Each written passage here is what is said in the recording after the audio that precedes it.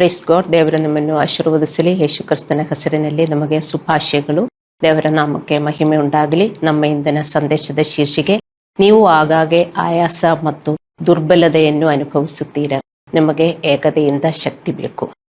ನೀವು ದೌರ್ಬಲ್ಯ ಅಥವಾ ದಣಿವನ್ನು ಅನುಭವಿಸಲು ಪ್ರಾರಂಭಿಸಿದಾಗ ನೀವು ದೈಹಿಕವಾಗಿ, ಕೆಲಸದಿಂದ, ಕುಟುಂಬ ಸಂಬಂಧದಿಂದ, ಉದ್ಯೋಗದಿಂದ ಅಥವಾ ಜೀವನದಿಂದ ಬೆಳೆಯಲಿರಬಹುದು.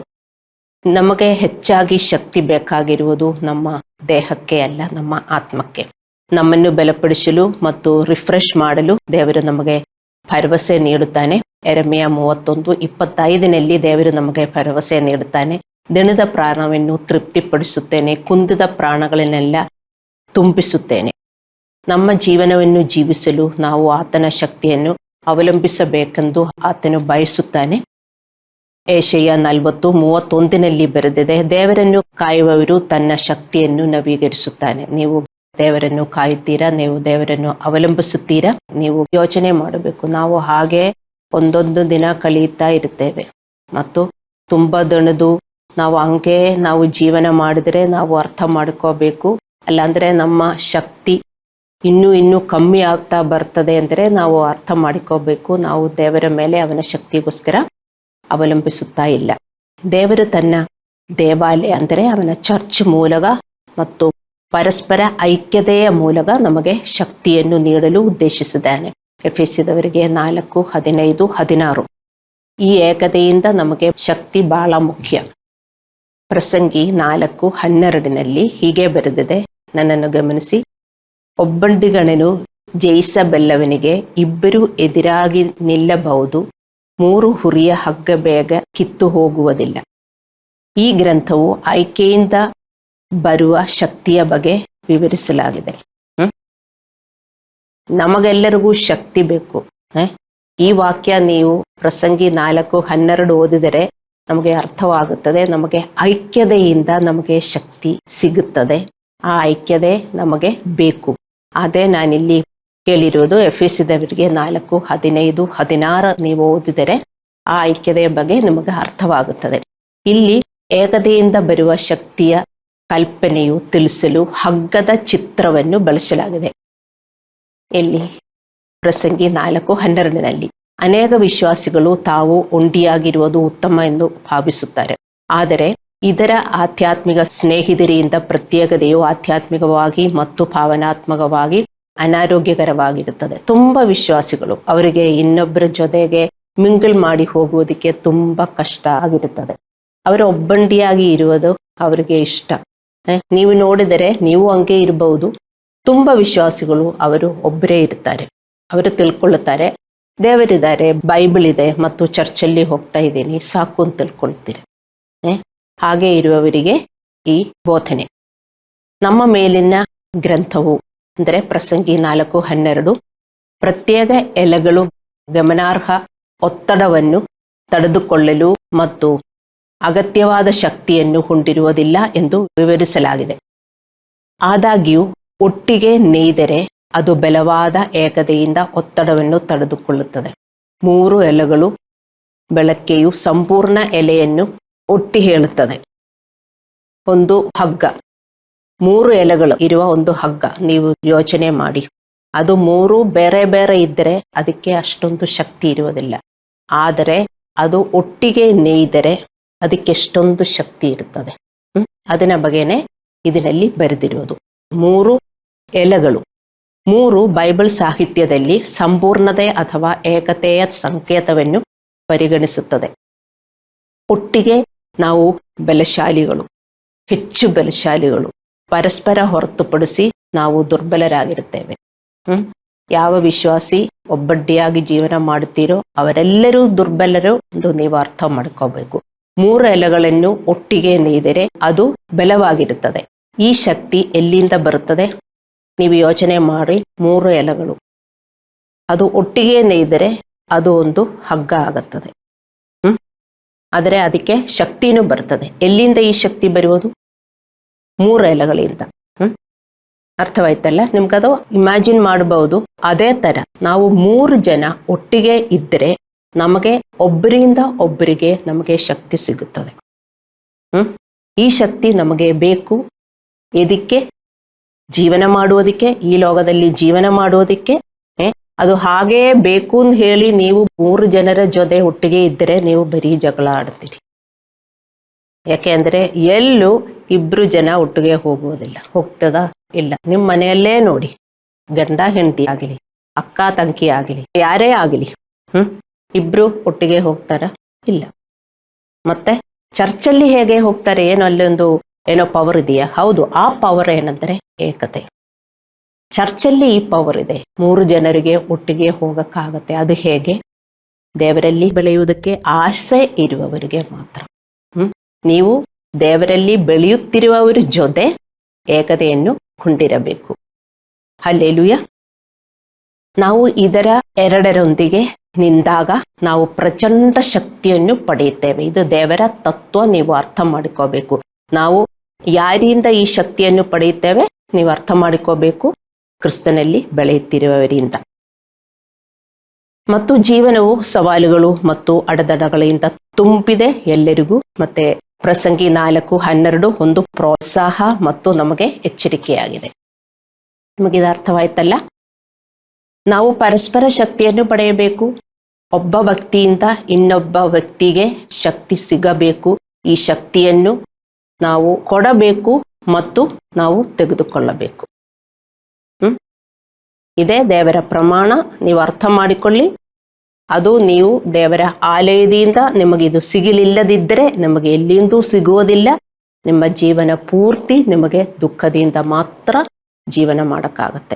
ಅಂದರೆ ನಮಗೆ ಜೀವನ ಮಾಡಬೇಕಂದ್ರೆ ಶಕ್ತಿ ಬೇಕು. ಶಕ್ತಿ ಇದ್ರೇನೆ ನಮ್ಮ ಜೀವನ ಖುಷಿಯಾಗಿರುವುದು, ಸಮಾಧಾನದಿಂದ ಇರುವುದು, ಆರೋಗ್ಯಕರವಾಗಿರುವುದು, ಬ್ಲೆಸ್ಡ್ ಆಗಿ ಇರುವುದು. ಹಲ್ಲೆಲೂಯ. ಯೋಹನ 17:20-23 ಯೇಸು ತನ್ನ ಶಿಷ್ಯರಿಗಾಗಿ ಮತ್ತು ನೀವು ನಾನು ಸೇರಿದಂತೆ ಎಲ್ಲಾ ವಿಶ್ವಾಸಿಗಳಿಗಾಗಿ ಪ್ರಾರ್ಥಿಸುತ್ತಾ ಇದ್ದಾರೆ. ನಾವೆಲ್ಲರೂ ಏನು ಒಂದಾಗಬೇಕು ಅಂತ. ನೀವು ಈ ಚಾಪ್ಟರ್ ಓದಿದರೆ ಯೇಸು ದೇವರು ಪ್ರಾರ್ಥಿಸುತ್ತಾ ಇದ್ದಾರೆ ಎಲ್ಲರಿಗೋಸ್ಕರ, ಎಲ್ಲಾ ವಿಶ್ವಾಸಿಗಳಿಗೋಸ್ಕರ ನಾವೆಲ್ಲರೂ ಒಂದಾಗಿರಬೇಕು. ನಾವು ಒಂದೇ ಘಟಕವಾಗಿ ದೇವರ ಚಿತ್ತದ ಕಡೆಗೆ ಒಟ್ಟಾಗಿ ನಡೆಯಲು ದೇವರು ನಮ್ಮನ್ನು ಕರೆದಿದ್ದಾರೆ. ಆಧ್ಯಾತ್ಮಿಕವಾಗಿ ಬೆಳೆಯುತ್ತಿರುವ ಇದರ ವಿಶ್ವಾಸಿಗಳೊಂದಿಗೆ ಸಹಭಾಗಿತ್ವವು ನಮಗೆ ಐಚ್ಛಿಕವಾಗಲಿಲ್ಲ. ಇದು ನಮ್ಮ ಆಧ್ಯಾತ್ಮಿಕ ಮತ್ತು ಭೌತಿಕ ಜೀವನಕ್ಕೆ ಅವಶ್ಯಕವಾಗಿದೆ. ಇದೇನೋ ಒಂದು ಸ್ಪಿರಿಚುವಲ್ ಥಿಂಗ್ ಒಂದು ನೀವು ತಿಳ್ಕೊಳ್ಳಬಾರದು. ಈ ಲೋಕದಲ್ಲಿ ನಮಗೆ ಜೀವನ ಮಾಡಬೇಕಂದ್ರೆ ಈ ಐಕ್ಯತೆಯಿಂದ ಬರುವ ಶಕ್ತಿ ನಮಗೆ ಬೇಕು. ಹಲ್ಲೆಲೂಯ. ಏಕತೆಯಿಂದ ನೀವು ಹೇಗೆ ಬಲವನ್ನು ಪಡೆಯುತ್ತೀರಿ ಎಂಬುದನ್ನು ಈಗ ನಾವು ಅರ್ಥ ಮಾಡಿಕೊಳ್ಳೋಣ. ಗಲಾತ್ಯದವರಿಗೆ 6:2-5 ನಾವು ಓದುತ್ತೇವೆ. ಒಬ್ಬರು ಮತ್ತೊಬ್ಬರ ಭಾರವನ್ನು ಹೊತ್ತುಕೊಳ್ಳಿ, ಹೀಗೆ ಕ್ರಿಸ್ತನ ನಿಯಮವನ್ನು ನೆರವೇರಿಸಿ. 5ನೇ ವಾಕ್ಯ, ಪ್ರತಿಯೊಬ್ಬರು ಸ್ವಂತ ಹೊರೆಯನ್ನು ಹೊತ್ತುಕೊಳ್ಳಬೇಕು. ಪ್ರತಿಯೊಬ್ಬರಿಗೂ ಹೊತ್ತುಕೊಳ್ಳಕ್ಕೆ ನಮ್ಮ ಹೊರೆ ಇದೆ. ನಮ್ಮ ಹೊರೆಯ ಜೊತೆಗೆ ಇನ್ನೊಬ್ಬರ ಹೊರೆಯನ್ನು ನಾವು ಹೊತ್ತುಕೊಳ್ಳಬೇಕು. ನಮಗೆ ನಮ್ಮ ಸ್ವಂತ ಹೊರೆ ಇದೆ ಮತ್ತು ನಾವು ಇನ್ನೊಬ್ಬರ ಹೊರೆಯನ್ನು ಹೊತ್ತುಕೊಳ್ಳುವುದಕ್ಕೆ ನಮಗೆ ಎಲ್ಲಿ ಶಕ್ತಿ ಇದೆ? ಇದು ಅರ್ಥವಾಯ್ತಾ? ಇದು ಒಬ್ಬರು ಮತ್ತೊಬ್ಬರ ಭಾರವನ್ನು ಹೊತ್ತುಕೊಳ್ಳಲಿ, ಹೀಗೆ ಕ್ರಿಸ್ತನ ನಿಯಮವನ್ನು ನೆರವೇರಿಸಿ. To fulfil the law of Christ. ಏನು ಲಾ ಆಫ್ ಕ್ರೈಸ್ಟ್? ಪ್ರೀತಿ, love. To fulfil the law of Christ we have to obey this commandment of bearing each other's burden. ಯಾವ ಬರ್ಡನು? ಆಧ್ಯಾತ್ಮಿಕ ಬರ್ಡನು. ಆಧ್ಯಾತ್ಮಿಕವಾಗಿ ನಾವು ಬೆಳೆದರೆ ಈ ಲೋಕದಲ್ಲಿ ಇರುವ ಎಲ್ಲ ಸಮಸ್ಯೆಗಳಿಗೆ ನಮಗೆ ಪರಿಹಾರ ಉಂಟಾಗುತ್ತದೆ. ಅದೇ ಆಧ್ಯಾತ್ಮಿಕ ತತ್ವ. ಸೊ ನಮ್ಮ ಹೊರೆಯನ್ನು ನಾವು ಹೊರಲು ಇದರ ಹೊರೆಯನ್ನು ಹೊರಬೇಕು. ಇದು ದೇವರ ತತ್ವ. ನಮ್ಮ ಹೊರೆಯನ್ನು ಹೊರಲು ಇನ್ನೊಬ್ಬರ ಹೊರೆಯನ್ನು ನಾವು ಹೊತ್ತಬೇಕು. ಇಲ್ಲ, ನನ್ನ ಹೊರೆನೇ ತುಂಬಾ ಇದೆ, ನೀವು ಹಂಗೆ ಕುತ್ಕೊಂಡು ನಿಮ್ಮ ಹೊರೆಯೆಲ್ಲ ನಿಮ್ಮ ತಲೆ ಮೇಲೆ ಹಾಕೊಂಡಿದ್ರೆ ಬೇರೆ ಯಾರನ್ನೂ ಭೇಟಿ ಮಾಡಲ್ಲ. ನನಗೇ ತುಂಬಾ ಹೊರೆ ಇದೆ, ನಾನು ಹೇಗೆ ಈ ಜೀವನ ಮಾಡಬೇಕು ಎಂದು ನೀವು ಜೀವನ ಮಾಡಿದರೆ ನಿಮ್ಮ ಹೊರೆಯನ್ನು ಎಂದಿಗೂ ಕಮ್ಮಿ ಆಗುವುದಿಲ್ಲ. ಹಲ್ಲೆಲೂಯ. ಬೇರೆ ರೀತಿಯಲ್ಲಿ ಹೇಳುವುದಾದರೆ ಇದರ ಹೊರೆಯನ್ನು ಹೊರುವ ಮೂಲಕ ನಾವು ನಮ್ಮ ಹೊರೆಯನ್ನು ಹೊಂದಲು ಶಕ್ತಿಯನ್ನು ಪಡೆಯುವ ಮಾರ್ಗವಾಗಿದೆ. ನಮ್ಮ ಜೀವನವು ಅನೇಕ ಕಷ್ಟಗಳನ್ನು ಎದುರಿಸಲಾಗಿದೆ. ಇದು ಯೇಸು ವಿವರಿಸಿದನು. ನಾವು ಸಾಯುವ ತನಕನೂ ನಮಗೂ ಒಂದಲ್ಲ ಒಂದು ಕಷ್ಟ ನಮಗೂ ಬಂದೇ ಬರ್ತದೆ. ನೀವು ತಿಳ್ಕೋಬಾರದು ಇದು ಬರೀ ನಿಮಗೆ ಕಷ್ಟ ಇದೆ ಎಂದು. ಈ ಲೋಕದಲ್ಲಿ ಇರುವ ಎಲ್ಲರಿಗೂ ಒಂದಲ್ಲ ಒಂದು ಕಷ್ಟ ಇದೇ ಇರ್ತದೆ. ಒಂದು ಕಷ್ಟ ಹೋದ್ಮೇಲೆ ಇನ್ನೊಂದು ಕಷ್ಟ ಬರ್ತದೆ. ಮತ್ತೆ ಅದರಿಂದ ನಾವು ನಾಶವಾಗಬಾರದು. ಈ ತೊಂದರೆಗಳನ್ನು ಎದುರಿಸಲು ನಮಗೆ ಶಕ್ತಿ ಬೇಕು.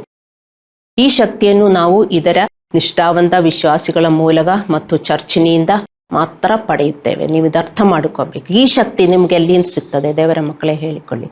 ದೇವರು ಹೇಳಿದರು, ನನ್ನನ್ನು ಕಾಯುತ್ತಿರುವವರಿಗೆ ನಾನು ಶಕ್ತಿ ಕೊಡ್ತೀನಿ. Those who wait upon the Lord will receive the strength. ನೀವು ದೇವರಿಗೋಸ್ಕರ ಕಾಯ್ತಾ ಇದ್ದರೆ ನಿಮಗೆ ಶಕ್ತಿ ಸಿಗ್ತದೆ. ಆದರೆ ದೇವರ ತತ್ವವಾಗಿದೆ, ನಮ್ಮ ಹೊರೆಯೊಂದಿಗೆ ಇನ್ನೊಬ್ಬರ ಹೊರೆಯನ್ನು ನಾವು ಹೊತ್ತುಕೊಳ್ಳಬೇಕು. ಯಾಕೆಂದ್ರೆ ದೇವರ ತತ್ವ ಏನು? ಕೊಡ್ರಿ, ಕೊಟ್ರೆ ದೇವರು ಇನ್ನೂ ನಮಗೂ ಕೊಡುವುದು. ದೇವರ ತತ್ವ ಯಾವಾಗಲೂ ಕೊಡುವುದು. ನಾವು ಕೊಡುವುದರಿಂದ ನಮಗೇನು ಕಮ್ಮಿ ಆಗುವುದಿಲ್ಲ. ನಾವು ಹರ್ಷಚಿತ್ತದಿಂದ ಏನು ಕೊಟ್ಟರು ಮತ್ತು ದೇವರು ನಮಗೂ ತುಂಬಿಸುತ್ತಾರೆ. ಇದು ಹಂಗೆ ನಮಗೆ ಗೊತ್ತಾಗಬೇಕು, ನನಗಿಷ್ಟೊಂದು ಕಷ್ಟ ಇದೆ ಲೋಕದಲ್ಲಿ. ಮತ್ತೆ ನನ್ನ ಸಿಸ್ಟರ್ಸ್ ಅಂಡ್ ಬ್ರದರ್ಸ್ಗೂ ಎಷ್ಟೊಂದು ಅವರ ಮನೆಯಲ್ಲೂ ಅವರು ವೈಯಕ್ತಿಕ ಜೀವನದಲ್ಲೂ ತುಂಬಾ ಕಷ್ಟ ಇದೆ. ಅದು ಹೇಗೆ ನೀವು ಹೊತ್ತುಕೊಳ್ಳುವುದು? ಆತ್ಮೀಯ ಹೊರೆಗಳನ್ನು ಹೊತ್ತುಕೊಳ್ಳುವ ಮೂಲಕ ಈ ಲೋಕದ ಹೊರೆಯನ್ನು ಹೊತ್ತುಕೊಳ್ಳಬೇಕು. ವಿಶ್ವಾಸಿಗಳಾಗಿ ನೀವು ಇದು ಅರ್ಥ ಮಾಡಿಕೋಬೇಕು. ಹಲ್ಲೆಲೂಯ. ಇದು ನಮಗೆ ಆಜ್ಞೆ ಆಗಿದೆ.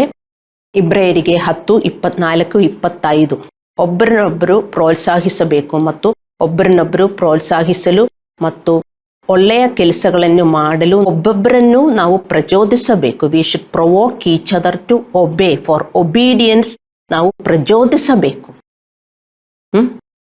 To love and for good works ನಾವು ಕ್ಷಮಿಸುವುದಕ್ಕೂ ಸಹಿಸುವುದಕ್ಕೂ ಇನ್ನೊಬ್ಬರನ್ನು ಟಾಲರೇಟ್ ಮಾಡುವುದಕ್ಕೂ ನಾವೇ ಹಾಗೆ ಮಾಡಿ ನಾನು ನನ್ನ ಹೊರೆಯನ್ನು ಹೊತ್ತುಕೊಂಡು ಇನ್ನೊಬ್ಬರ ಹೊರೆಯನ್ನು ಹೊತ್ತಬೇಕು. ನನ್ನ ಹೊರೆ ಏನು?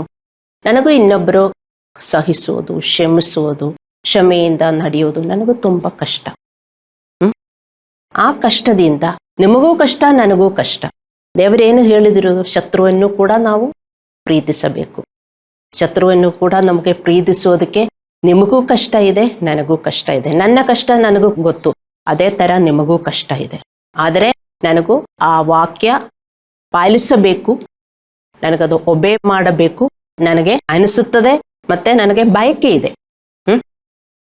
ಅಲ್ಲವೇ? ಎಲ್ಲರಿಗೂ ಈ ಬಯಕೆ ಬರಬೇಕು. ಬಯಕೆ ಇಲ್ಲದಿದ್ದರೆ ಇಲ್ಲ, ನನಗೆ ಇನ್ನೊಬ್ಬರನ್ನು ಪ್ರೀತಿಸೋದಕ್ಕೆ, ಇಲ್ಲಾಂದ್ರೆ ನನ್ನ ಹೆಂಡತಿನ, ಗಂಡನ, ನನ್ನ ಮಕ್ಕಳನ್ನ, ಇಲ್ಲಾಂದ್ರೆ ಇನ್ನೊಬ್ಬರನ್ನ ಪ್ರೀತಿಸೋದಕ್ಕೆ ತುಂಬಾ ಕಷ್ಟ ಆಗತ್ತೆ ಎಂದು ನೀವು ಹೇಳಿದರೆ ಈ ವಾಕ್ಯ ನಿಮಗೆ ಒಬೆ ಮಾಡಕ್ಕಾಗುವುದಿಲ್ಲ ಮತ್ತು ನಿಮಗೆ ಶಕ್ತಿನೂ ಸಿಗ್ಬೋದಿಲ್ಲ. ನೋಡಿ ಇಲ್ಲಿ ಏನು ಬರೆದಿದೆ? ಇಬ್ರಿಯರಿಗೆ 10:24-25 ನಾವು ಒಬ್ಬೊಬ್ಬರನ್ನು ನಾವು ಪ್ರೋತ್ಸಾಹಿಸಬೇಕು. ನೋಡ್ರಿ, ನೀವು ಪ್ರೀತಿ ಮಾಡಬೇಕು, ಇನ್ನೊಬ್ಬರನ್ನ ನಾವು ಪ್ರೀತಿ ಮಾಡಬೇಕು. ನಿಮ್ಮ ಮನೆಯಲ್ಲಿ ಗಂಡ ಹೆಂಡತಿ ಮಕ್ಕಳನ್ನು ಪ್ರೀತಿ ಮಾಡಬೇಕು ಎಂದು ನಾವು ಪ್ರಚೋದಿಸಬೇಕು. ನಾವು ಸದಾಚಾರದಲ್ಲಿ ಬೆಳೆಯಲು ಮತ್ತು ಪರಸ್ಪರ ಪ್ರೋತ್ಸಾಹಿಸಬೇಕು. ಇದು ಚರ್ಚಿನಲ್ಲಿ ದೇವರ ತತ್ವ. ಈ ಮಿನಿಸ್ಟ್ರಿ ಚರ್ಚಿನಲ್ಲಿ ಇರಬೇಕು. ಈ ಉದ್ದೇಶಕ್ಕಾಗಿ ಚರ್ಚಿನಲ್ಲಿ ವೈಯಕ್ತಿಕ ವ್ಯಕ್ತಿಗೆ ಪ್ರೀತಿಯ ಸಂವಹನಗಳು ಮತ್ತು ಹೆಚ್ಚು ಹೃದಯದ ಸಂಭಾಷಣೆಯನ್ನು ಇರಬೇಕು. ಒಬ್ಬರನ್ನೊಬ್ಬರು ಮೀಟ್ ಮಾಡಬೇಕು. ಆದರೆ ಮಾತ್ರ ಇನ್ನೊಬ್ಬರ ಹೊರೆಯನ್ನು ನಿಮಗೆ ಅರ್ಥವಾಗುವುದು. ಬರೀ ನೀವು ಚರ್ಚಲ್ಲಿ ಬಂದು ಪಾಸ್ಟರ್ನ ಬೋಧನೆಯನ್ನು ಕೇಳಿಸ್ಕೊಂಡು ಚೆನ್ನಾಗಿದೆ ಅಲ್ಲಾಂದ್ರೆ ಚೆನ್ನಾಗಿಲ್ಲ ಅಂತ ನೀವು ಕಮೆಂಟ್ ಮಾಡಿ ಹಾಗೆ ಹೋಗಿದರೆ ನಿಮಗದು ಮಾಡಕ್ಕಾಗುವುದಿಲ್ಲ. ಅದಲ್ಲ ಚರ್ಚು. ಚರ್ಚ್ ಅಂದ್ರೆ ಬರೀ ಚರ್ಚಲ್ಲಿ ಬಂದು ಪಾಸ್ಟರ್ನ ಬೋಧನೆಯನ್ನು ಕೇಳಿಸ್ಕೊಂಡು ಮನೆ ಹೋಗಿ ಮತ್ತೆ ತನಗೋಸ್ಕರ ಪ್ರಾರ್ಥನೆ ಮಾಡುವುದಲ್ಲ ಕ್ರಿಶ್ಚಿಯನ್ ಜೀವನ. ಹಾಗೆಯೇ ತುಂಬ ಜನರು ತಿಳ್ಕೊಳ್ಳೋದು. ಹಂಗಲ್ಲ ನಮ್ಮ ಜೀವನ. ನೀವು ಅರ್ಥ ಮಾಡಿಕೋಬೇಕು. ಹಲ್ಲೆಲೂಯ. ಸೊ ಈ ಉದ್ದೇಶಕ್ಕಾಗಿ ಚರ್ಚಿನಲ್ಲಿ ವೈಯಕ್ತಿಕ ವ್ಯಕ್ತಿಗೆ ಪ್ರೀತಿಯ ಸಂವಹನಗಳು ಮತ್ತು ಹೆಚ್ಚು ಹೃದಯದ ಸಂಭಾಷಣೆಯನ್ನು ಇರಬೇಕು. ಇದು ಚರ್ಚಿಗೆ ಆಜ್ಞೆಯಾಗಿದೆ. 1 ಥೆಸಲೋನಿಯದವರಿಗೆ 5:11 ಬರೆದಿದೆ, ಒಬ್ಬರನ್ನೊಬ್ಬರು ಸಂತೈಸಿಕೊಳ್ಳುತ್ತಾ ಒಬ್ಬರ ಭಕ್ತಿಯನ್ನೊಬ್ಬರು ವೃತ್ತಿಪಡಿಸುತ್ತಾ ಇರ್ರಿ. ಒಬ್ಬರ ಭಕ್ತಿಯನ್ನೊಬ್ಬರು ವೃತ್ತಿಪಡಿಸುತ್ತಾ ಇರಿ. You should encourage each other to grow.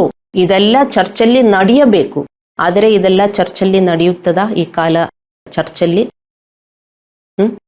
ಮೊದಲನೇ ಕಾಲ ಚರ್ಚಲ್ಲಿ ಯೇಸುದೇವರು ಹೋಗಿದ ಮೇಲೆ ಅವರ ಶಿಷ್ಯರು ನಡೆಸಿರುವ ಚರ್ಚಲ್ಲಿ ಇದೆಲ್ಲ ಇತ್ತು. ಅವರು ಹೋದ್ಮೇಲೆ ಇದೆಲ್ಲ ಇವಾಗ ಚರ್ಚಲ್ಲಿ ಇರುವುದಿಲ್ಲ. ಏಕೆಂದರೆ ಒಬ್ಬರನ್ನ ನಾವು ವೃತ್ತಿಪಡಿಸೋದಕ್ಕೆ ಹೋಗಿದರೆ ಅವರಿಗೆ ಒಫೆಂಡೆಡ್ ಆಗುತ್ತದೆ. ಯಾಕೆಂದರೆ ಯಾರಿಗೂ ಅವರಿಗೆ ಅಭಿವೃದ್ಧಿ ಆಗೋದಕ್ಕೆ, ಆಧ್ಯಾತ್ಮಿಕವಾಗಿ ಅಭಿವೃದ್ಧಿ ಆಗೋದಕ್ಕೆ ಇಷ್ಟ ಇಲ್ಲ.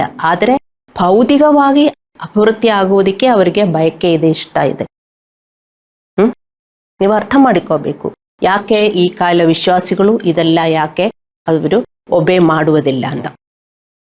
ಸೊ ಇದು ಯಾರು ಮಾಡಬೇಕು ಮತ್ತು ಇದನ್ನು ಯಾರು ಮಾಡುತ್ತಾರೆ? ನೀವು ಇದರ ಬಗ್ಗೆ ಯೋಚಿಸಿ. ಇಲ್ಲಿ ಬರೆದಿದೆ, ಒಬ್ಬರನ್ನೊಬ್ಬರು ಸಂತೈಸಿಕೊಳ್ಳುತ್ತಾ ಒಬ್ಬರ ಭಕ್ತಿಯನ್ನೊಬ್ಬರು ವೃತ್ತಿಪಡಿಸುತ್ತಾ ಇರಿ. ನೋಡಿ, ದೇವರ ತತ್ವ ಏನು? ಕೊಟ್ರೆ ಮಾತ್ರ ನಮಗೆ ಸಿಕ್ಕೋದು. ಹೌದು, ನನಗೆ ಆಧ್ಯಾತ್ಮಿಕವಾಗಿ ಬೆಳೆಯಬೇಕು ಅಂತ ನನಗೆ ಬಯಕೆ ಇದ್ರೆ ನಾನು ಇನ್ನೊಬ್ಬರನ್ನ ಬೆಳೆಸ್ಬೇಕು. ಅರ್ಥವಾಯ್ತಾ? ಏಕೆಂದ್ರೆ ನನಗೂ ಗೊತ್ತು ಆತ್ಮೀಯವಾಗಿ ಬೆಳೆಯೋದಕ್ಕೆ ಎಷ್ಟೊಂದು ಕಷ್ಟ, ಸೆಲ್ಫ್ ಕಂಟ್ರೋಲ್ ಎಷ್ಟೊಂದು ಕಷ್ಟ, ದೇವರ ಕೆಲಸ ಮಾಡುವುದು ಎಷ್ಟೊಂದು ಕಷ್ಟ ಅಂತ ಮಾಡುವವರಿಗೆ ಗೊತ್ತು ಅಲ್ಲವೇ? ದೇವರೇನು ಹೇಳ್ತಾರೆ? ನೀವು ಇನ್ನೊಬ್ಬರನ್ನು ಸಹಾಯ ಮಾಡಿ, ನಾನು ನಿಮಗೆ ಶಕ್ತಿ ಕೊಡ್ತೀನಿ. ಇದೇ ದೇವರ ಶಕ್ತಿ, ಇದೇ ದೇವರ ತತ್ವ.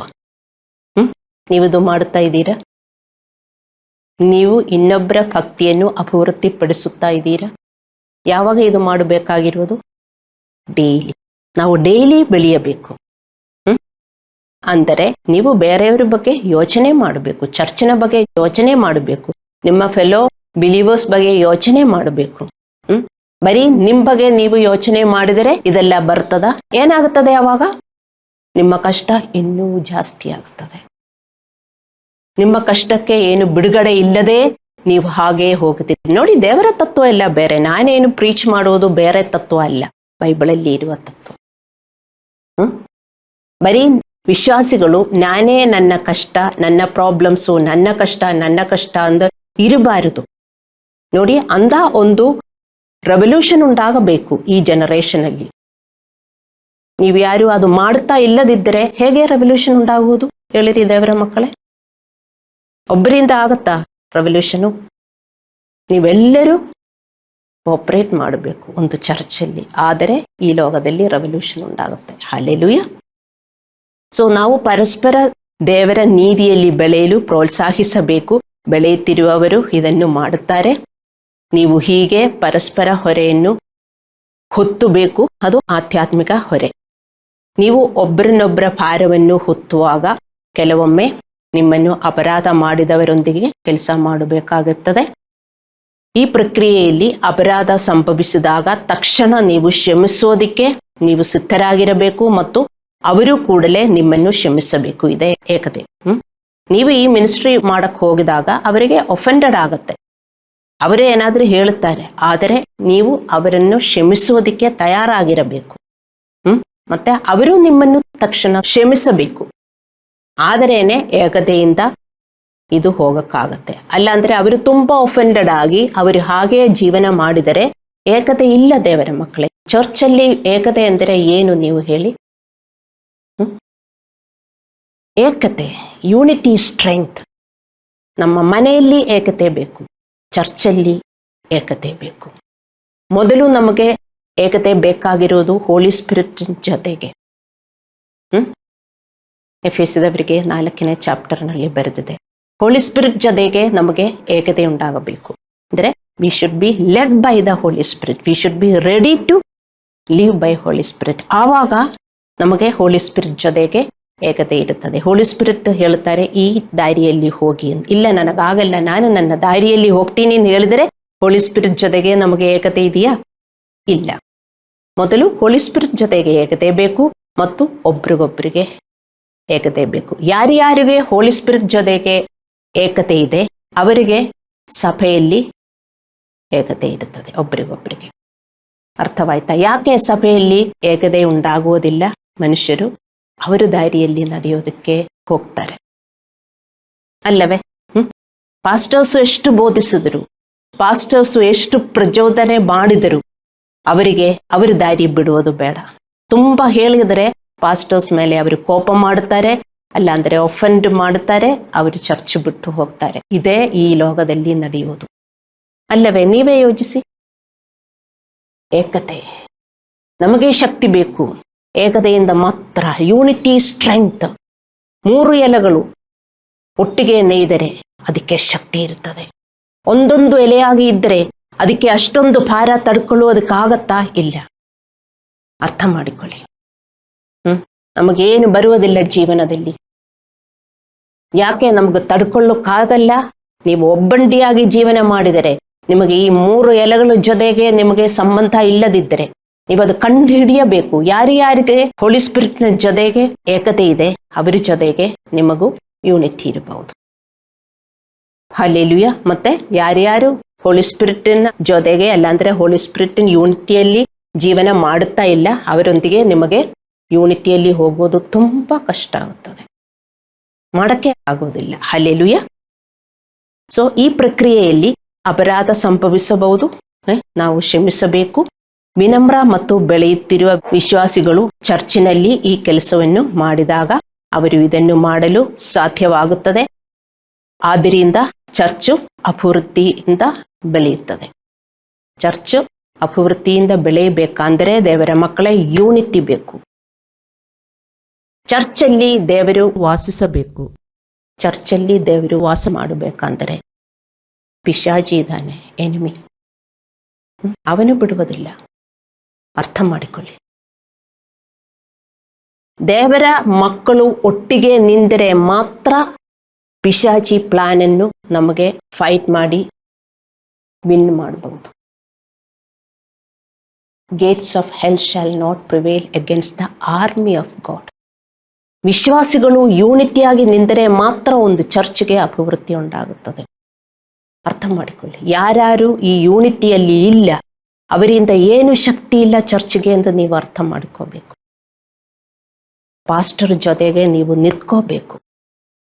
ಪಾಸ್ಟರ್ ಜೊತೆಗೆ ಯಾರ್ಯಾರಿಗೆ ಯೂನಿಟಿ ಇಲ್ಲ, ಅವರಿಂದ ಚರ್ಚ್ಗೆ ಏನು ಸ್ಟ್ರೆಂಗ್ತ್ ಇಲ್ಲ, ಏನು ಉಪಯೋಗನೂ ಇಲ್ಲ. ಅರ್ಥ ಮಾಡಿಕೊಳ್ಳಿ ದೇವರ ಮಕ್ಕಳೇ. ಇದೆಲ್ಲಾನೇ ಸತ್ಯ. ಆದರೆ ಸತ್ಯ ತಿಳಿಸಿದರೆ ವಿಶ್ವಾಸಿಗಳಿಗೆ ಅದು ಕೇಳಿಸಿಕೊಳ್ಳುವುದಕ್ಕೆ ಇಷ್ಟ ಇಲ್ಲ. ಅದಕ್ಕೆ ತುಂಬ ಪಾಸ್ಟರ್ಸು ಸತ್ಯ ತಿಳಿಸುವುದಿಲ್ಲ. ನೀವು ನನ್ನಿಂದ ಈ ಸತ್ಯ ಎಲ್ಲ ಕೇಳಿಸ್ಕೊಂಡು ಹೋಗಿ ನೀವು ಏನು ಮಾಡ್ತಾ ಇದ್ದೀರಾ? ನೀವು ಚರ್ಚ್ಗೆ ಶಕ್ತಿ ಕೊಡ್ತಾ ಇದ್ದೀರಾ ಅಥವಾ ಚರ್ಚನ್ನು ದುರ್ಬಲಗೊಳಿಸುತ್ತಾ ಇದ್ದೀರಾ? ಯೋಚನೆ ಮಾಡಿದವರ ಮಕ್ಕಳು, ನಿಮ್ಮಿಂದ ಕ್ರೈಸ್ಟ್ ಬಾಡಿಗೆ ಶಕ್ತಿ ಇರಬೇಕು. ನೀವೇ ಯೋಚನೆ ಮಾಡಿ. ಮತ್ತೆ ನಿಮಗೆ ಯಾವಾಗಲೂ ಕಷ್ಟ ಕಷ್ಟ ಕಷ್ಟ ಅಂತ ಹೇಳಿದರೆ, ನೀವು ಕ್ರೈಸ್ಟ್ ಬಾಡಿಗೆ ಶಕ್ತಿ ಕೊಟ್ಟರೆ ನಿಮಗೆ ಶಕ್ತಿ ಸಿಗುತ್ತದೆ, ನಿಮ್ದು ಎಲ್ಲ ಒಳ್ಳೆಯದಾಗುತ್ತದೆ. ಇದೇ ದೇವರ ತತ್ವ. ಅರ್ಥ ಮಾಡಿಕೊಳ್ಳಿ. ಜ್ಞಾನೋಕ್ತಿಗಳು 27:17 ಹೇಳುತ್ತದೆ, ಕಬ್ಬಿಣವು ಕಬ್ಬಿಣವನ್ನು ಹೇಗೋ ಮಿತ್ರನು ಮಿತ್ರನ ಬುದ್ಧಿಯನ್ನು ಹಾಗೆ ಹರಿದ ಮಾಡುವೆನು. ಕಬ್ಬಿಣವು ಬೆಲವಾಗಿದೆ. ನಿಮಗೆ ಗೊತ್ತು ಕಬ್ಬಿಣಕ್ಕೆ ಎಷ್ಟು ಬೆಲ ಇದೆ. ಕಬ್ಬಿಣವು ಬೆಲವಾಗಿದೆ, ನೀವು ಕಬ್ಬಿಣದಂತೆ ಇರಬೇಕು ಎಂದು ದೇವರು ಕರೆದಿದ್ದಾರೆ. ದೇವರ ಮಕ್ಕಳು ಈ ವಿಶ್ವದ ಉಪ್ಪು ಮತ್ತು ಬೆಳಕು. ನಮಗೆ ಒಂದು ಉದ್ದೇಶವಿದೆ ಮತ್ತು ಪ್ರತಿದಿನ ನಾವು ದೇವರ ಕೆಲಸ ಮಾಡಬೇಕು. ಆ ಉದ್ದೇಶ ನಾವು ಮಾಡಬೇಕು. ನಾವು ಕಬ್ಬಿಣದಂತೆ ಇರಬೇಕು ಮತ್ತು ಕಬ್ಬಿಣದ ಸ್ನೇಹಿತರನ್ನು ನಮಗೆ ಬೇಕು. ನಮಗೆ ಬದ್ಧತೆಯಿಂದ ಅನುಸರಿಸಲು ಬೆಂಬಲವನ್ನು ನೀಡುವ ಕಬ್ಬಿಣದ ಸ್ನೇಹಿತರ ಅಗತ್ಯವಿದೆ.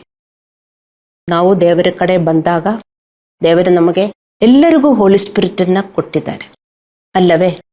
ಮತ್ತೆ ನಾವು ಕಬ್ಬಿಣದ ತರ ಶಕ್ತಿಯಿಂದ ನಾವು ಬೆಳೆಯಬೇಕು. ಯಾರಿಗೂ ಶಕ್ತಿ ಇಲ್ಲ, ನಾವೆಲ್ಲರೂ ದುರ್ಬಲರು. ಆದರೆ ದೇವರನ್ನು ಕಾಯ್ತಾ ಇರುವವರನ್ನು, ದೇವರ ಶಕ್ತಿಯನ್ನು ಕಾಯ್ತಾ ಇರುವವರಿಗೆ ದೇವರು ಶಕ್ತಿ ಕೊಡುತ್ತಾರೆ. ಮತ್ತು ಚರ್ಚನ್ನು ಬಳಸುತ್ತಾ ಇರುವವರು ದೇವರು ಶಕ್ತಿ ಕೊಡುತ್ತಾರೆ. ಇಲ್ಲದವರಿಗೆ ಶಕ್ತಿನೇ ಇಲ್ಲ. ದೇವರ ಮಕ್ಕಳೇ ಅರ್ಥ ಮಾಡಿಕೊಳ್ಳಿ. ನಿಮ್ಮ ಜೀವನ ತುಂಬಾ ಕಷ್ಟ ಆಗುತ್ತದೆ. ವಿಶ್ವಾಸಿಗಳಿಗೆ ಯಾಕೆ ಇದು ಅರ್ಥವಾಗುವುದಿಲ್ಲ ಅಂತ ನನಗೆ ಗೊತ್ತಾಗುವುದಿಲ್ಲ.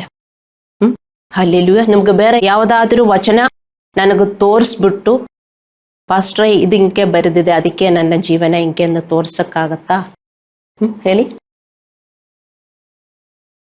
ನಾವು ಪರಿಶ್ರಮಿಸಿದರೆ, ನಾವು ಹಾರ್ಡ್ ವರ್ಕ್ ಮಾಡಿದರೆ ನಮ್ಮ ಜೀವನ ಎಷ್ಟು ಒಳ್ಳೆಯದಾಗುತ್ತದೆ ದೇವರ ಮಕ್ಕಳೇ. ನೀವು ದೇವರಿಗೆ ಏನು ಕಾಂಟ್ರಿಬ್ಯೂಟ್ ಮಾಡುತ್ತೀರಾ ಹೇಳಿ? ಏನು ಕಾಂಟ್ರಿಬ್ಯೂಟ್ ಮಾಡ್ತೀರಾ? ಬರೀ ದೇವರಿಂದ ನನಗೂ ಕಾಂಟ್ರಿಬ್ಯೂಟ್ ಮಾಡಿ ಇಂದ ಕೈ ನೀವು ಹಿಂಗೆ ಇಟ್ಕೊಂಡಿದ್ರೆ ದೇವರಿಗೆ ಕಾಂಟ್ರಿಬ್ಯೂಟ್ ಮಾಡುವವರಾಗಿರಬೇಕು. ಹಲ್ಲೆಲೂಯಾ. ದೇವರಿಗೆ ಕಾಂಟ್ರಿಬ್ಯೂಟ್ ಮಾಡುವವರಂದ್ರೆ ದೇವರ ಒಂದೊಂದು ಭಾಗಗಳಿಗೂ ಒಂದೊಂದು ವಿಶ್ವಾಸಿಗೂ ಕಾಂಟ್ರಿಬ್ಯೂಟ್ ಮಾಡಬೇಕು. ಏನು? ಶಕ್ತಿ, ಪ್ರಾರ್ಥನೆ. ಇದೇ ನಾವು ಒಬ್ಬೊಬ್ಬರನ್ನು ಕೇರ್ ಮಾಡುವುದು. ಇದೇ ನಾವು ಮಾಡಬೇಕಾಗಿರುವುದು. ಹಲ್ಲೆಲೂಯಾ. ನಮಗೆ ಒಂದು ಉದ್ದೇಶವಿದೆ. ಈ ಉದ್ದೇಶದಿಂದ ನಾವು ದೇವರಲ್ಲಿ ಬಂದಿರುವುದು. ದೇವರು ನಮ್ಮನ್ನು ಕರೆದಿರುವುದು ಈ ಉದ್ದೇಶದಿಂದ. ಮತ್ತು ಪ್ರತಿದಿನ ಮಾಡಲು ನಮಗೆ ಕೆಲಸವಿದೆ. ನಾವು ಕಬ್ಬಿಣದಂದಿರಬೇಕು ಮತ್ತು ಕಬ್ಬಿಣದಂದ ಸ್ನೇಹಿತರು ನಮಗೆ ಬೇಕು. ನಮಗೆ ಬತ್ತದೇ ಇರುವ ಸ್ನೇಹಿತರು ನಮಗೆ ಬೇಕು. ನೀವು ಒಂದು ಸ್ಕೂಲ್ ಹೋಗಿದಾಗ, ಕಾಲೇಜ್ ಹೋಗಿದಾಗ ಹೇಗೆ ಫ್ರೆಂಡ್ಸ್ ಅನ್ನು ನೀವು ಸೇರಿಸುತ್ತೀರಾ? ಹೇಗೆ ಹೇಳಿ? You are kind people. ನಮಗೆ ಇಷ್ಟವಾಗಿರುವವರೆಲ್ಲ ನಮ್ಮ ಜೊತೆಗಿರುತ್ತಾರೆ ಅಲ್ಲವೇ? ಎಲ್ಲರೂ ಫ್ರೆಂಡ್ಸ್ ಆಗ್ತೀವಾ? ಇಲ್ಲ. Birds of the same feather flock together ಅಲ್ಲವೇ? ಅದೇ ತರ ಚರ್ಚಲ್ಲಿ ಯೂನಿಟಿ ಇರುವವರು ಒಂದೇ ಗ್ರೂಪ್. ಚರ್ಚಲ್ಲಿ ಭಾಗ ಉಂಟಾಗಬಾರದು, ಆದರೂ ಚರ್ಚಲ್ಲಿ ಭಾಗ ಉಂಟಾಗುತ್ತದೆ. ಯಾಕೆಂದ್ರೆ ತುಂಬ ಜನರಿಗೆ ಯೂನಿಟಿಯಲ್ಲಿ ಜೀವನ ಮಾಡುವುದು ಬೇಡ. ಅವರಿಗೆ ಒಟ್ಟಿಗೆ ಇರಕ್ಕಾಗತ್ತಾ? ದೇವರ ಮಕ್ಕಳೇ, ಯೋಚನೆ ಮಾಡಿ. ಎಲ್ಲರಿಗೂ ದೇವರು ಹೋಲಿ ಸ್ಪಿರಿಟ್ ಅನ್ನು ಕೊಟ್ಟಿದ್ದಾರೆ. ಅವರು ಯೋಚನೆ ಮಾಡಬೇಕು. ಹಲ್ಲೆಲೂಯಾ. ತುಂಬಾ ಕಷ್ಟ ದೇವರ ಮಕ್ಕಳೇ. ದೇವರನ್ನು ನೀವು ದುಃಖಿಸುತ್ತಾ ಇದ್ದೀರಾ. ನಾವೆಲ್ಲರೂ ಹಾರ್ಡ್ ವರ್ಕ್ ಮಾಡಿದರೆ ನಮಗೆ ಒಳ್ಳೆಯದಾಗುತ್ತೆ. ಏನು? ದೇವರ ರಾಜ್ಯಕ್ಕೆ ಏನಾದರೂ ಆಗುವುದಕ್ಕೇನ ದೇವರು ಹೇಳುವುದು? ಹೌದು, ದೇವರ ರಾಜ್ಯ ಈ ಲೋಕದಲ್ಲಿ ವಿಸ್ತರಿಸುತ್ತದೆ. ಹಲ್ಲೆಲೂಯಾ. ನಮ್ಮನ್ನು ಬಲಪಡಿಸಲು ಮತ್ತು ಬಲವನ್ನು ಪಡೆಯಲು ನಾವು ಬಲವಾದ ವಿಶ್ವಾಸಿಗಳೊಂದಿಗೆ ಉದ್ದೇಶಪೂರ್ವಕ ಸಮಯವನ್ನು ಕಳೆಯಬೇಕು. ಬಲವಾಗಿರಲು ಮತ್ತು ಪರಸ್ಪರ ಬಲವನ್ನು ಹೊರಬೇಕು ಮತ್ತು ಬಲವಾದವರ ತಿದ್ದುಪಡಿಗಳನ್ನು ಸ್ವೀಕರಿಸಬೇಕು. ಕರೆಕ್ಷನ್. ನೀವು ಎಫೆಸದವರಿಗೆ 4:11-16 ತನಕ ಓದಿದರೆ ನಿಮಗೆ ಅರ್ಥವಾಗುತ್ತೆ. ಚರ್ಚ್ ಹಂಗೆ ಇರಬೇಕು ಅಂತ. ಲೀಡರ್ಸ್ ಆ್ಯಂಡ್ ಸೇಂಟ್ಸ್ ಒಟ್ಟಿಗೆ ಇರಬೇಕು. ಅರ್ಥ ಮಾಡಿಕೊಳ್ಳಿ. ಲೀಡರ್ಸ್ ಇಂದ ವಿಶ್ವಾಸಿಗಳು ಸ್ವೀಕರಿಸಬೇಕು. ಅವರು ಒಬ್ಬೊಬ್ಬರನ್ನ ಬಳಸಬೇಕು. ಯಾವಾಗಲೂ ಅಲ್ಲಿ ಒಂದು ಯೂನಿಟಿ ಇರಬೇಕು. ಇದೇ ಚರ್ಚು. ಹಲ್ಲೆಲೂಯಾ. ಸೊ ತಿದ್ದುಪಡಿಗಳು ನಮಗೆ ಬೇಕು. ಕರೆಕ್ಷನ್ ಬೇಕು. ಕೆಲವರಿಗೆ ಕರೆಕ್ಷನ್ ಇಷ್ಟ ಇಲ್ಲ. ಏನು ವಿಶ್ವಾಸಿಗಳಲ್ವಾ? ಕರೆಕ್ಷನ್ ಇಲ್ಲ ಅಂದರೆ ನಾವು ಹೇಗೆ ಜೀವನ ಮಾಡುವುದು? ನಾನು ಮಾಡುವುದು ತಪ್ಪು ಎಂದು ಇನ್ನೊಬ್ಬರು ಹೇಳಿದರೆ ನಾನು ಅಕ್ಸೆಪ್ಟ್ ಮಾಡಬೇಕು. ಆದರೆ ವಿಶ್ವಾಸಿಗಳಿಗೆ ಅದು ಅಕ್ಸೆಪ್ಟ್ ಮಾಡೋಕ್ಕೆ ತುಂಬ ಕಷ್ಟ. ಆದ್ದರಿಂದ ಈ ಡಿವಿಷನ್ ಉಂಟಾಗುವುದು. ಡಿವಿಷನ್ ನಿಮ್ಮಲ್ಲಿ ಇದ್ದರೆ ನೀವು ತುಂಬ ದುರ್ಬಲರಾಗಿ ಜೀವನ ಮಾಡುತ್ತೀರಿ. ಎಂದೂ ನಿಮಗೆ ಶಕ್ತಿನೇ ಸಿಗೋದಿಲ್ಲ. ಒಂದೊಂದು ಕಷ್ಟ, ಚಿಕ್ಕ ಚಿಕ್ಕ ಕಷ್ಟ ಬಂದರೂ ನೀವು ದಣದು ನಮಗೆ ನೋಡಕ್ಕೆ ಆಗಲ್ಲ, ಬಿಟ್ಬಿಡ್ತೀರಿ. ಅಂದರೆ ಶಕ್ತಿ ಇಲ್ಲ. ಹಲ್ಲೆಲೂಯಾ. ನಾವು ನಮ್ಮ ಹಿಂದಿನ ಪಾಪಗಳಿಂದ ನಮ್ಮನ್ನು ಶುದ್ಧೀಕರಿಸಿದಾಗ ಮಾತ್ರ ನಾವು ಬಲಶಾಲಿಗಳಾಗುತ್ತೇವೆ. ದೇವರು ಅಂತಹ ವಿಶ್ವಾಸಿಗಳನ್ನು ತನ್ನ ಭವ್ಯವಾದ ಉದ್ದೇಶಕ್ಕಾಗಿ ಬೆಳೆಸುತ್ತಾನೆ. 2 ತಿಮೋಥೆಯವರಿಗೆ 2:20-21. ನಾವೆಲ್ಲರೂ ದೇವರ ಸೇವೆ ಮಾಡಬೇಕಾಗಿರುವುದು ದೇವರ ಮಕ್ಕಳೇ, ಅರ್ಥ ಮಾಡಿಕೊಳ್ಳಿ. ಮತ್ತು ನಮಗೆ ಹೆಂಗೆ ಬೆಲೆ ಉಂಟಾಗುವುದು ಹೇಳಿ?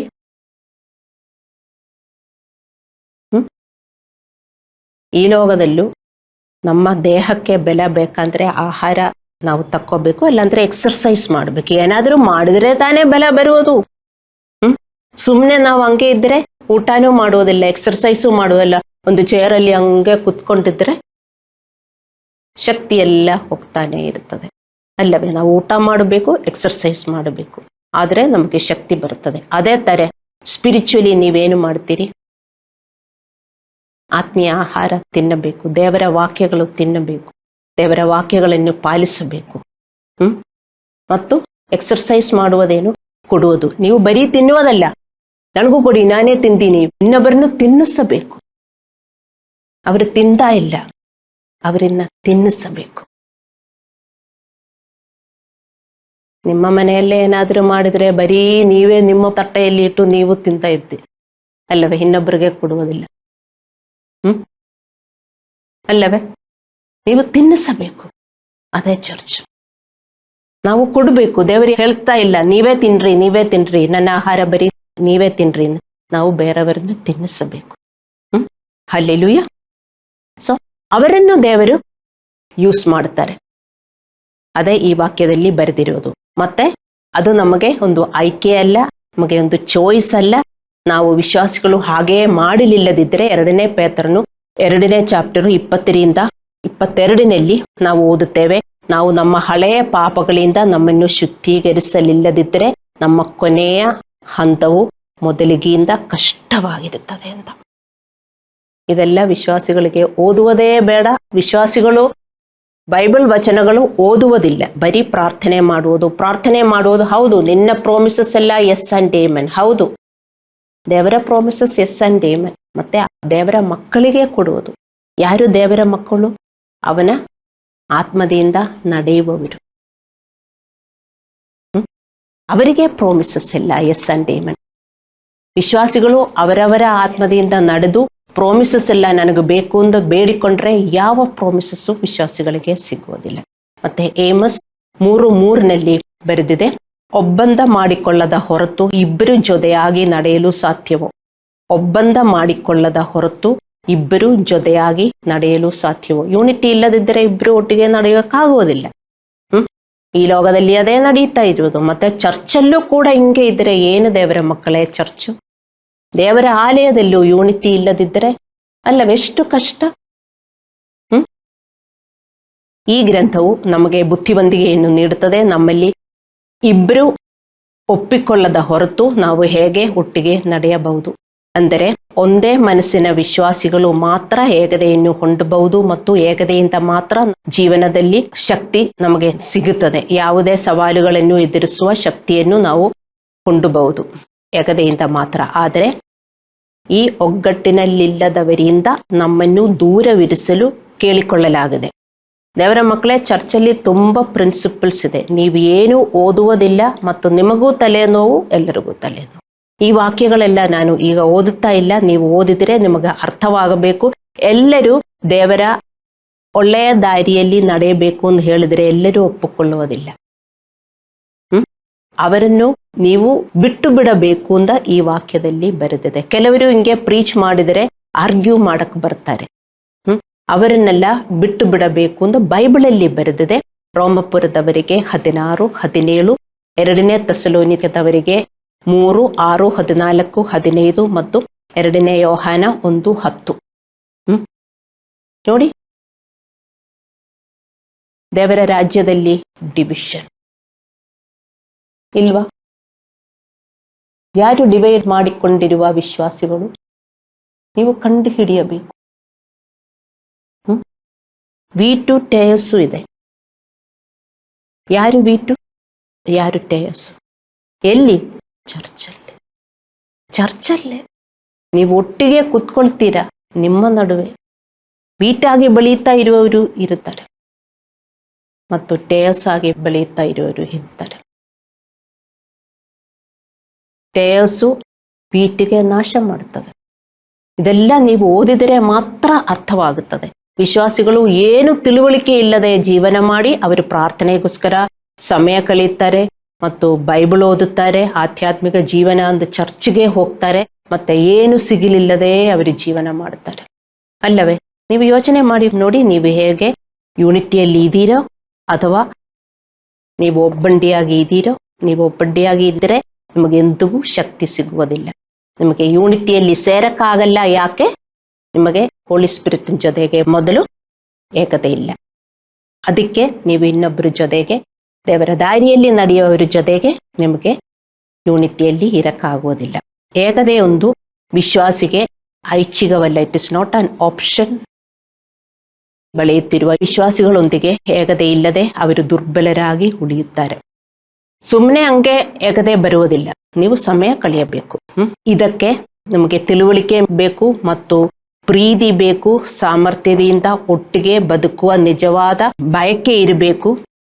ಒಟ್ಟಿಗೆ ಬದುಕುವ ಬಯಕೆ ಇರಬೇಕು. ಇಲ್ಲ, ನಾನು ಒಬ್ಬರನ್ನೊಬ್ಬರು ಫೆಲೋಶಿಪ್ ಮಾಡುವುದಿಲ್ಲ, ಅವರು ಹೇಳುವುದು ನಾನು ಒಪ್ಪಿಕೊಳ್ಳುವುದಿಲ್ಲ, ಅಲ್ಲಾಂದ್ರೆ ಅವರು ನನ್ನನ್ನು ಕರೆಕ್ಟ್ ಮಾಡಿದ್ರೆ ನನಗೆ ಬೇಡ, ಹಿಂಗೆಲ್ಲ ಇದ್ರೆ ನಮಗೊಟ್ಟಿಗೆ ಹೋಗಕ್ಕಾಗಲ್ಲ.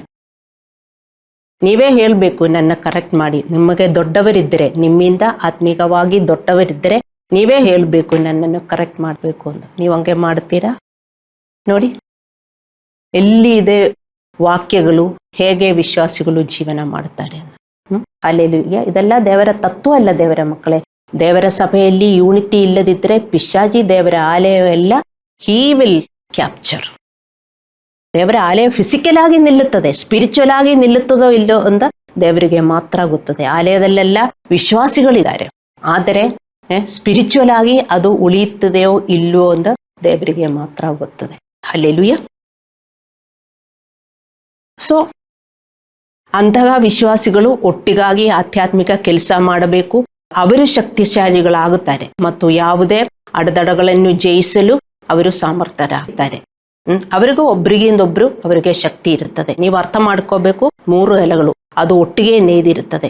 ಒಬ್ಬರಿಂದ ಒಬ್ಬರಿಗೆ ಅದು ಸಿಗ್ತದೆ ಎಂದು ನೀವು ಅರ್ಥ ಮಾಡ್ಕೋಬೇಕು. ಒಬ್ಬೊಬ್ಬರು ಕಾಂಟ್ರಿಬ್ಯೂಟ್ ಮಾಡಬೇಕು. ನೀವು ಕಾಂಟ್ರಿಬ್ಯೂಟ್ ಮಾಡಬೇಕು, ನೀವು ತಕ್ಕೋಬೇಕು. ಹಂಗೇನಾ ನಿಮ್ಮ ಜೀವನ ನೀವು ಯೋಜಿಸಿ. ನೀವು ಕಾಂಟ್ರಿಬ್ಯೂಟ್ ಮಾಡ್ತೀರಾ, ಇನ್ನೊಬ್ಬರು ಬೆಳೆಯಬೇಕು ಮತ್ತು ಇನ್ನೊಬ್ಬರಿಂದ ನೀವು ಸ್ವೀಕರಿಸುತ್ತೀರಾ ನೀವು ಬೆಳೆಯೋದಿಕ್ಕೆ. ಕೆಲವರು ಬರೀ ಕಾಂಟ್ರಿಬ್ಯೂಟ್ ಮಾಡ್ತಾರೆ, ತಕೊಳ್ಳಿ ತಕೊಳ್ಳಿ ತಕೊಳ್ಳಿ, ನನಗೇನು ಬೇಡ, ಐ ಆಮ್ ಆಲ್ ಸಫಿಷಿಯೆಂಟ್ ಅಂತವರಲ್ಲ. ನನಗೂ ಬೇಕು, ನಿಮಗೂ ಬೇಕು, ಹಂಗೆ ಒಬ್ರಿಗೊಬ್ರಿಗೆ. ಅದೇ ವಿನಮ್ರತೆ. ಹಾಗೆ ಇದ್ರೆ ಮಾತ್ರ ನಮಗೆ ಶಕ್ತಿ ಸಿಗುತ್ತದೆ. ಅರ್ಥ ಮಾಡಿಕೊಳ್ಳಿ. ನಾವು ಕಬ್ಬಿಣದಂತೆ ಇರಬೇಕು. ನಮಗೆ ಕಬ್ಬಿಣದಂತ ಸ್ನೇಹಿತರು ಇರಬೇಕು. ನಾವು ಕಬ್ಬಿಣದಂತಿರಬೇಕು ಮತ್ತು ಕಬ್ಬಿಣದಂತ ಸ್ನೇಹಿತರು ನಮಗೆ ಇರಬೇಕು. ಇಲ್ಲದಿದ್ದರೆ ನಮಗೆ ಏನಾಗುತ್ತದೆ ವಿಶ್ವಾಸಿಗಳೇ? ನಂಬಿಕೆಯ ಜೀವನವು ತುಂಬಾ ಕಷ್ಟಕರವಾಗಿರುತ್ತದೆ. ನಮ್ಮ ಜೀವನ ಶಕ್ತಿಯಿಂದ, ಆ ಶಕ್ತಿ ನಮಗೆ ಸಿಗೋದು ಚರ್ಚಿನಲ್ಲಿ ಯೂನಿಟಿಯಿಂದ. ವಿಶ್ವಾಸಿಗಳು ಯೋಚನೆ ಮಾಡಬೇಕು, ನಿಮಗೆ ಚರ್ಚಿನಲ್ಲಿ ಯೂನಿಟಿ ಇದೆಯಾ? ನಿಮ್ಮ ಪಾಸ್ಟರ್ ಜೊತೆಗೆ ಯೂನಿಟಿ ಇದೆಯಾ?